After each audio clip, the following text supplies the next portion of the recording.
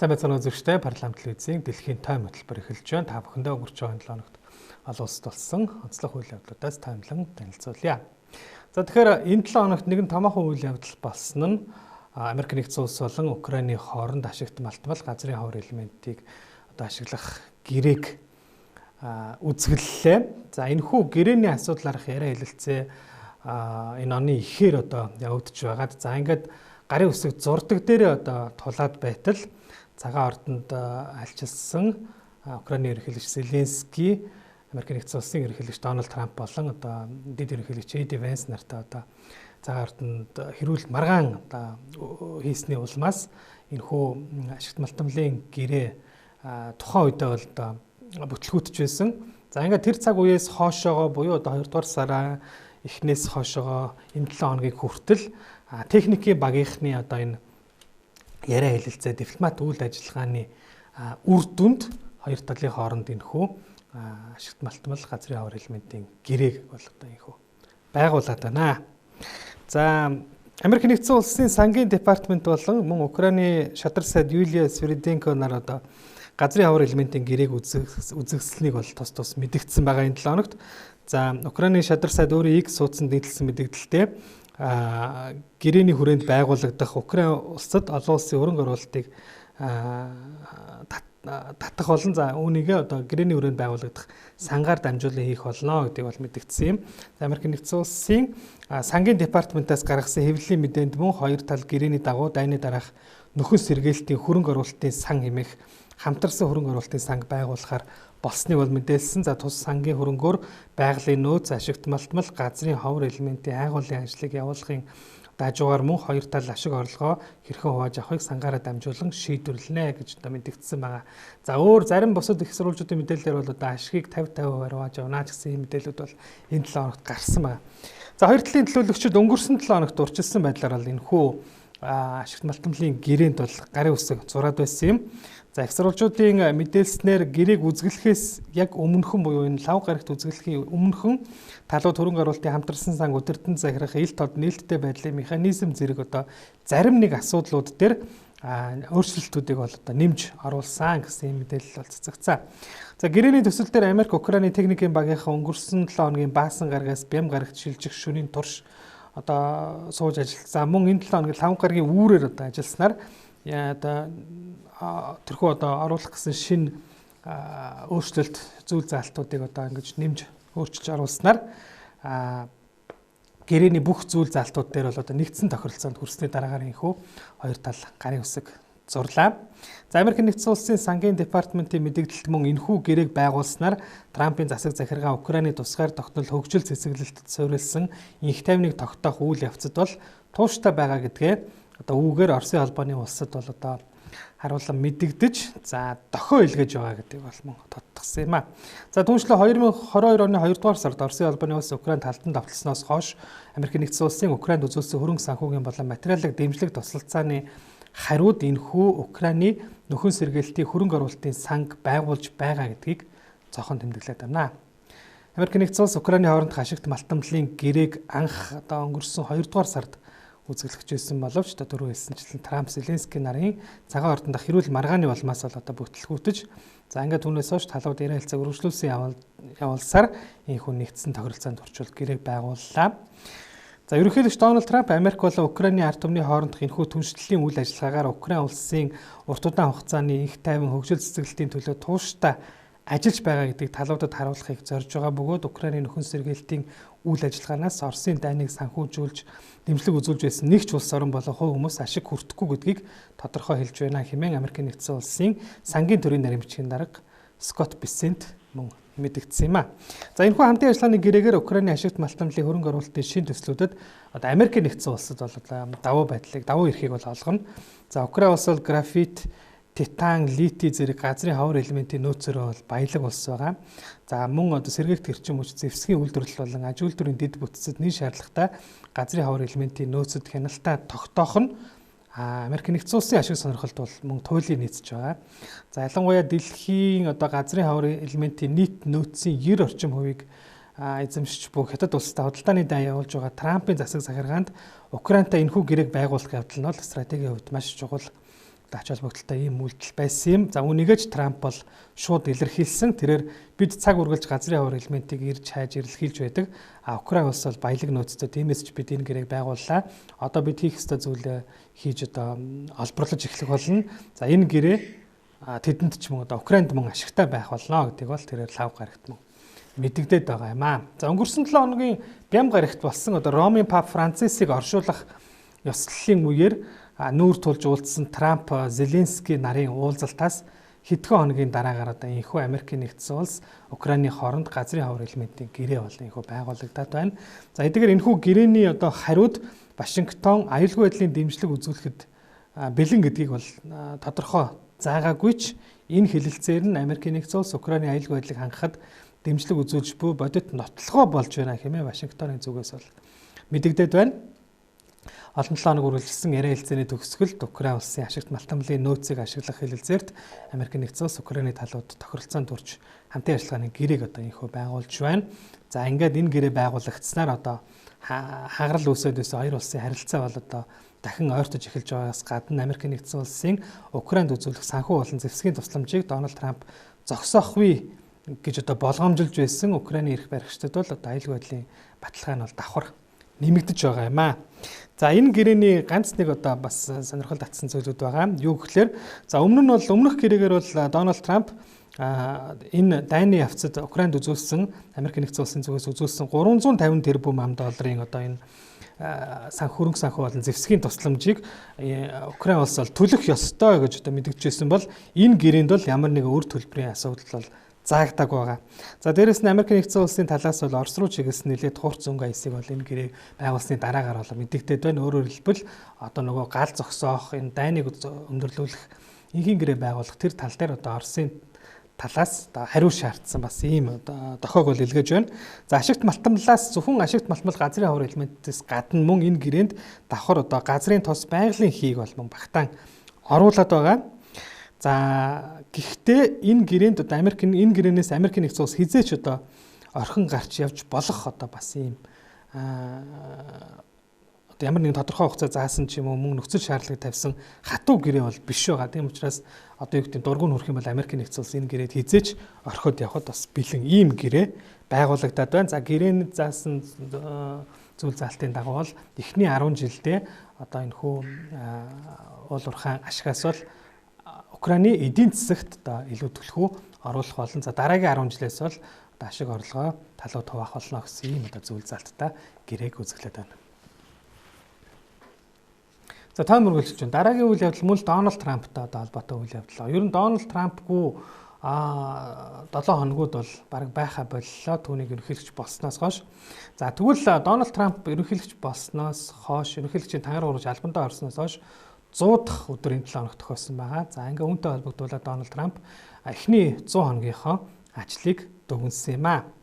За Америкийн нэгдсэн улсын төрийн тэргүүн Дональд Трамп өөрөө ерөнхийлөгчөөр ажилласан эхний 100 хоногоо дүгнэж Мичиган мужийн Детройт хотноо бол одоо тусгай арга хэмжээг зохион байгуулж үгэлсэн байгаа. За тэрээр Детройт хотын захын нэгэн сургууль зохион байгуулагдсан энэ баярын тусгай арга хэмжээнийхээ үеэр одоо өөрийн хэрэгжүүлж буй тариф, худалдаа, цагаачлалын бодлогоодыг онцолж за бид дөнгөж эхэлж байна хэмээн онцлон хэлсэн юм аа. За Трамп өөрийн засаг захиргааны амжилттай хэрэгжүүлж байгаа тарифын бол худалдааны бодлогууд нь тухайн салбаруудад дотоодын ажлын байрыг нэмэгдүүлэх болно хэмээн төвлөгөж за өөрийнхөө хятад улстай худалдааны гэрээ байгуулах болно хэмээн одоо тодтогсон юм. За мөн тэрээр бичиг баримтгүй хууль бус цагаач гэмт хэрэгтнүүдийн эсрэг тун амжилттай бодлого хэрэгжүүлж тэднийг одоо олноор нь албатан гаргаж байгаа гэдгийг онцолсон нь дэмжигч олны одоо нийцгэлсэн алга ташлалтад бол буулуулсан юм аа. За олон талт байдал трансгендер хүмүүс бэлгийн цөөнхүүдтэй холбогдох хууль тогтоомжийг өөрчилж байгаа мөн өөрийнхөө бодлогыг Трамп илтгэлтэй бол одоо бас ингэж магтан сайшаасан дөвөөлгсөн маягтай зүйлсийг бол инхүү тавилаа. За мөн тэрээр илтгэлтэй өмнөх ерөнхийлөгч Жо Байден сөрөг хүчний арчилсан нам болон за түүнтэй санал нийлдэггүй бүгд найрамдах намын гишүүдийн эсрэг дайрч доромжсон утга агуулгатай үгсийг мөн хэлсэн байгаа. За тэрч буйл өөрийгөө 2020 оны ерөнхийлөгчийн сонгуульд ялалт байгуулсан ч ялалтыг нь түүнээс булааж авсан хэмээн хэлээд амжсан байгаа. За Трамп Америкийн нэгдсэн улсын ерөнхийлөгчийн албыг 2 дахь удаага хүлээж авснаас хойш 100 хоногийн дотор тэрээр Америкийн нэгдсэн улсын засгийн газрын бүтцийг өөрчилж 100 гаруй ерөнхийлөгчийн захирамж зарлиг гаргаж, за дэлхийн улс орнуудад импортын өндөр тариф тогтоож, цагаачдыг олноор нь албатан гаргаж, олон улсад үйл ажиллагаа явуулдаг Америкийн төсөл хөтөлбөрүүдийг зогсоож, төрийн хэмнэлтийн бодлогын хүрээнд төрөөс олгодог санхүүжилтийг зогсоох гэх зэрэг одоо өөрийн ерөнхийлөгчийн эрх мэдлийн хүрээнд олон арга хэмжээг бол авч хэрэгжүүлээд байгаа. За түүнийг дэмжигчдийн хувьд бол Трампыг мөрийн хөтөлбөрийн амлалтуудаа биелүүлж яах хэмээн үзэж одоо дэмжиж байгаа бол олон ажиглагч, шүүмжлэгчид Америкийн нэгдсэн улсын шин засаг захиргааны бодлого чиглэл улс орны одоо явж буй энэ чиг хандлагад бол санаа зовж байгаа талаараа онцолж байгаа юм. За учир нь энэ 100 хоногийн хугацаанд Америкийн одоо томоохон хувьцааны ханш унж, за долларын хүч суларч тэрч буй л одоо Трампын өөрийнх нь ч рейтинг одоо унж байгаа гэсэн юм сөрөг үр дүнгууд бол гараад байгаа. За Трампын засаг захиргааны төрийн хэмнэлтийн бодлогын хүрээнд Илон Маскын тэргүүлсэн засгийн газрын бүтээмжийн департамент Америкийн нэгдсэн улсын одоо мянганы сорилтын корпорацийг бол бас татан буулгасан байгаа. Ингээд энэ корпорацийн төсөл хөтөлбөрүүдийг бол зогсоосон. За ингэснээр тус корпорацийн одоо Монгол улсад хэрэгжүүлж байсан эцсийн шатандаа ороод байсан одоо Улаанбаатар хотын усны хангамжийг нэмэгдүүлэх усны компакт гэрээ бол одоо мөн цаашид хэрхэх хэсэг нь бол тодорхойгүй болоод байгаа гэх мэтчлээ одоо Трампын энэ 100 хоногийн дотор хэрэгжүүлсэн үйл ажиллагаа нь манай улсад хүртэл одоо инхүү нөлөөлж эхэлсэн юм аа. За Томийн дараагийн онцлог сэдэв бол Владимир Путиний энэ 7 хоногт хийсэн мэдээлэл байгаа. Тэр эх 7 хоногт болох агуу их орны дайны ялалтын баярын одоо өмнө 3 хоногийн хугацаатай одоо гал зогсоох болно гэдгийг бол зарлан мэдгдсэн юм аа. За Путин 5 дугаар сарын 9-ний өдөр тэмдэглэдэг агуу их орны дайны ялалтын баярыг тохиолдуулан эх 7 хоногт 3 хоног гал зогсоох болно ихүү зарлалаа. За зөвлөлт холбоотой улс нацист Германыг буц зогсон ялалтын 80 жилийн ойн баярыг тэмдэглэн өнгөрүүлэх хүрээнд дээрх гал зогсоох шийдвэрийг гаргаж байгааг бол Кремлийн зүгээс онцолсон. Оросын зэвсэг түвшин Москвагийн цагаар 5 дугаар сарын 8-ны өдрийн тэг цагаас эхлэн 5 дугаар сарын 10-ны өдрийг дуустал 3 хоногийн хугацаанд бүх байлдааны үйл ажиллагаагаа зогсоох болно гэдгийг бол Путин мэдгдсэн байна. Тэрээр энэ удаад хүмүүнлэгийн үүднээс гал зогсоож байгаагаа бол мөн тодтогсон юм аа. За түүнчлэн Оросын албаны улсын зүгээс Украины талыг мөн энэ хугацаанд түр гал зогсоохыг бол уриалсан. Үүний хариуд Украины гадаад хэргийн сайд Андрей Сибига хамгийн багадаа 30 хоногийн хугацаанд нэн даруй шууд гал зогсоохыг бол уриалсан юм. Тэрээр мэдээлэлтэй гал зогсоохыг хүсэж байгаа бол 5 дугаар сарын 8-ны өдрийг одоо хүлээлгүй шууд гал зогсоохыг бол уриалсан. Гал зогсоох хэрэгтэй. За тэгж байж цэргийн парадын төлөө биш, харин үнэхээр хүмүүнлэгийн үүднээс гал зогсоож буй нь бол харагдах болно гэдгийг бол одоо хэлсэн юм. За мөн Украин улс 30 хоногийн хугацаанд бүрэн гал зогсооход бэлэн бөгөөд бид үүнийг бол тасралтгүй санал болгосоор ирсэн хэмээн онцолсон юм аа. За хамгийн сүүлд Кремлийн зүгээс бол өнгөрсөн улаан өндөгний баярын үеэр 30 цагийн хугацаанд бол гал зогсоохоор зарласан ч төд хөдөлгөө талууд дайтаж үүндээ харилцсан нэг-нэгнээ бол буруутгасан. За Украины дайны явцад бол одоо 20 гаруй удаа гал зогсоосон боловч бүгд амжилтгүй болж байсан. За энэ үеэр цагаан ордны эвлэлийн төлөөлөгч Кэролин Левит Америкийн нэгдсэн улсын ерөнхийлөгч Дональд Трампыг түр бус байнгын гал зогсоохыг хүсэж байгааг хэлж, за хоёр улсын удирдагчдад улам бүр бухимдаж байгаа гэдгийг бол онцолсон байгаа. За энэ Украин Оросын хоорондох одоо дайныг зогсоож инхий гэрээ байгуулахыг зорж байгаа Америкийн нэгдсэн улсын дипломат зуучлалын үйл ажиллагааны одоо хамгийн чухал гэдэг 7 хоногт Оросын албаны улсын ерөнхийлөгч 3 хоногийн хугацаанд гал зогсоохоо зарласан явдлыг ажиглагчид Орос улс инх тайвныг нухацтай эрэлхийлж байгаа гэсэн ойлголт төрүүлэхийг ирмэлзэж байна хэмээн бол үзлээ. За хэрвээ Америкийн нэгдсэн улсын талаас тавиад байгаа саналыг хүлээж авахгүй, яриа хэлэлцээнд дахиц дэвшил олж харахгүй бол Трампын засаг захиргаа энэхүү зуучлалын үйл ажиллагаа шууд зогсоож хаях болно хэмээн мөн сүрдүүлээд байгаа юм аа. За дараагийн онцлог үйл явдал бол Канада улсын парламентын сонгуулийн дүн байгаа. За даваа гарагт явагдсан Канада улсын одоо ээлжид бус парламентын сонгуульд ерөнхий сайдын одоо албан тушаал томилогдоод удаагүй байгаа Марк Карнегийн тэргүүлсэн эрх баригч либерал нам ялалт байгуулсан юм аа. Канадын сонгуулийн хорооны зүгээс мэдгдснээр сонгуулийн өдөр 28.5 сая иргэн саналаа өгсөн бол өмнө нь 4 өдрийн хугацаанд явагдсан эрт санал хураалтаар мөн 7.3 сая хүн саналаа өгсөн гэсэн ийм мэдээлэл өгсөн байгаа. За өмнө нь бол огт сонгуульд нэр дэвшиж оролцож үзээгүй ерөнхий сайд Марк Карнегийн тэргүүлсэн либерал нам энэ удаагийн сонгуульд ялалт байгуулсан бол одоо тодорхой олсныг мягмар гарагт бол их сурвалжууд мэдээлсэн. За сөрөг хүчний консерватив намын дарга Пьер Пуальер Поливер ялагдлаа хөлийн зөвшөөрсөн ч намын даргын суудлаасаа буухгүй гэдгээ мэдэгдэж тус нам энүүдад парламентын суудлын тоогоо 20-оор нэмэгдүүлсэн гэдгийг бол тодтогсон юм а. За сонгуульд ялалт байгуулад байгаа либерал нам дангаар засгийн газар байгуулах уу эсвэл эвслийн засгийн газар байгуулах уу гэдэг нь бол одоогоор тодорхойгүй байна. За аль ч тохиолдолд шинээр байгуулагдсан засгийн газар Канада улсын эсрэг импортын өндөр тариф тогтоож тус улсыг Америкийн 51 дахь муж болгоно хэмээн удаа дараа мэдгдсээр байгаа. Америкийн нэгдсэн улсын ерөнхийлөгч Дональд Трампын эсрэг бодлого төлөвлөгөө боловсруулж үйл ажиллагаа явуулах шаардлагатай болох юм. За Канадын иргэд энэ удаад либерал намд итгэл хүлээлгэж байгаа нь ээлжид бус сонгуулийн үр дүнгээс бол инхүү харагдлаа. За харин Америкийн нэгдсэн улсын ерөнхийлөгч Дональд Трамп сонгуульд ялалт байгуулсан Канадын ерөнхий сайд Марк Карнид баяр хүргэж тэд ойрын ирээдүйд уулзахаар тохиролцоод байна. Энэ талаар Канадын ерөнхий сайдын албаны зүгээс мягмар гарагт мэдэгдсэн байгаа. За хоёр улсын удирдагчид мөн Канада, Америкийн нэгдсэн улсууд нь тусгаар тогтносон улсуудын хувьд харилцан нэгнээ сайжруулахын тулд хамтран ажиллах нь чухал болохыг хүлээн зөвшөөрсөн болохыг тус албаны зүгээс бол мэдэгдсэн. За ингээд хоёр улсын хооронд эдийн засаг болон аюулгүй байдлын салбарт цоошин харилцаа тогтоож хамтран ажиллах тухай яриа хэлэлцээ явуулахаар боллоо. Харин Канадын ерөнхий сайд Марк Карни сонгуулийн дараагаар BBC агентлагт өгсөн ярилцлагада Америкийн нэгдсэн улс Канада улсыг хүндэтгэж харилцах ёстой. Дональд Трамптай зөвхөн өөрсдийн нөхцөл шаардлагын дагуу худалдаа аюулгүй байдлын асуудлаар хэлэлцээ хийх болно гэж мэдэгдсэн байгаа. Тэрээр Америкийн нэгдсэн улс Канада улсын тусгаар тогтнолыг хүндэтгэн үзэж Канадтай хамтран ажиллах тал дээр үнэхээр бодиттой хандаж яриа хэлэлцээ явуулахыг хүссэн тэр цагт л өөрийгөө Вашингтонд айлчлах болно гэдгийг онцоллоо. За энэ 7 хоногт Европын Испани, Португал, за мөн Андорра, Франц улсын зарим хэсгээр орон даяар цог цахилгаан тасарсан юм үйл явдал боллоо. За энэ үйл явдлын шалтгаан одоо хүртэл албан ёсоор тодорхой болоогүй байгаа юм а. За Испани, Португал улсуудад орон нутгийн цагаар даваа гарагийн үдээс хойш орон даяар цахилгаан тасарч, за түүнээс хойш дээрх улсуудад цахилгаан станцуудаа бүрэн ажиллагаатай болгохыг бол хичээж ажилласаар байна. За үүнээс үүдэн олон сая хүн тог цахилгаангүй болсон байгаа. За цахилгаан тасарсны улмаас нислэгүүд тойшлогдож, галтрэг метроны үйлчлэгээ зогсож, олон зорчигчид харанхуй метронд гацаж, автозамын гэрлэн тохионууд ажиллагаагүй болсноос үүдэн хаасайгүй төвчрлүүд үүссэн гэх мэт ийм олон зүйлүүд бол болж өнгөрсөн. За түүнчлэн маш олон хүн цахилгаан шатанд гацаж, гар утасны үйлчлэгээ сүлжээгүй болж хүмүүс олноороо бэлэн мөнгөний машинд очирлон дугаарлаж, шатхуун түгээх станцууд үүдээ барьсан ийм үйл явдлууд бол ердөө ганцхан шөнийн дотор бол үргэлжилсэн юм а. За эрчим хүчний таслалын улмаас Испани улсад онц байдал зарлаж тус улсын ерөнхий сайд Педро Санчес ард иргэдтэй 50 байхыг уриалж аль болох гадуур гарч аялахгүй байхыг бол иргэдээс хүссэн байгаа. За тэгээд хөрс зэрэглэх Франц гэх зэрэг улсаас эрчим хүчний нийлүүлэлтийг шийдснээр тус улсын зарим хэсгээр бол цахилгааны сэргээгээд байгаа гэдгийг эхний өдөр мэдэгдэж байсан юм а. За Португалийн ерөнхий сайд Луис Монтенегро мөн ямар нэгэн байдлаар хакерийн халдлага давталгаанд өртсөн гэх шинж тэмдэг ажиглагдсан мэдээллийг бол хийсэн байгаа. За мягмар гарагт бол Испанийн цахилгаан дамжуулах сүлжээний газраас өдрийн дотор цахилгааны сэргээг нэмээ мэдэгдэж байсан. Португалийн цахилгаан сүлжээний Рен компани зүгээс бол бүрэн сэргээхэд дээд талд 7 хоногийн хугацаа шаардлагатай гэж бол мэдэгдэж байсан юм. За ингээд өнгөрсөн даваа гарагийн шөнө Испани улсын цахилгаан сүлжээний 50%-ийг иргэн сэргээж чадсан бол Португалийн Рен цахилгаан сүлжээний компани зүгээс бол 750 мянган хэрэглэгчийн цахилгааныг мягмар гарагт сэргээснээ бол мэдэгдэж байсан.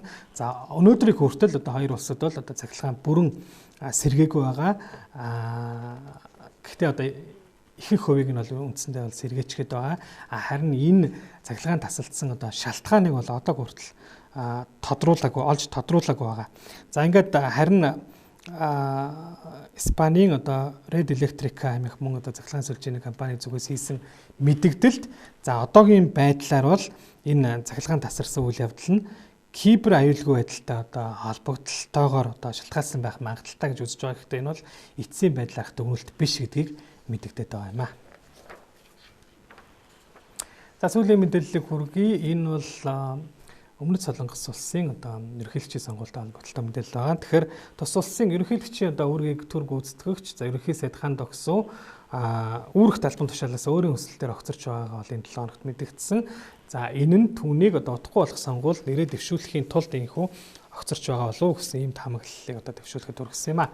За тэрээр бүр гараг Сөүл хотод засгийн газрын ордонд ард түмэндээ хандаа үг хэлэх үеэрээ албан тушаалаас огцорхоо мэдэгдсэн байгаа. За Хан Доксогийн энэхүү алхмыг ажиглагчид түүнийг удахгүй явагдах ерөнхийлөгчийн сонгуул өрсөлдөхөөр шийдсэнтэй холбоотой гэж тайлбарснаас гадна орон нутгийн хэвлэлүүдээр түүнийг баасан гарагт албан ёсоор 21 дахь удаагийн ерөнхийлөгчийн сонгуульд өрсөлдөхөө зарлж магадгүй гэсэн мэдээлэл бол өгöd байгаа юм а. За Хан Доксогийн хувьд бол 1970-аас 2000 оны хооронд төр засгийн албанд ажиллаж байсан. За мөн Америк нэгдсэн улсад суух бүгд найрамд солонгос улсын онц бөгөөд бүр эрхтэлчин сайдын албыг хашиж байсан. За тэрээр саяхан импичментээр огцорсон солонгосын ерөнхийлөгч Юн Сүк Ёлын засаг захиргаа байгуулагдах цаг үеэс эхлэн ерөнхий сайдыг албыг бол хашиж байсан юм а. За бүгд найрамдах солонгос улсын 21 дахь удаагийн ерөнхийлөгчийн сонгуул ирэх 6 дугаар сарын 3-ны өдөр явагдана. Та бүхэндээ дэлхийн тойм хэлбэрийг үргэлжлэн анхаарлаа хандсан баярлалаа.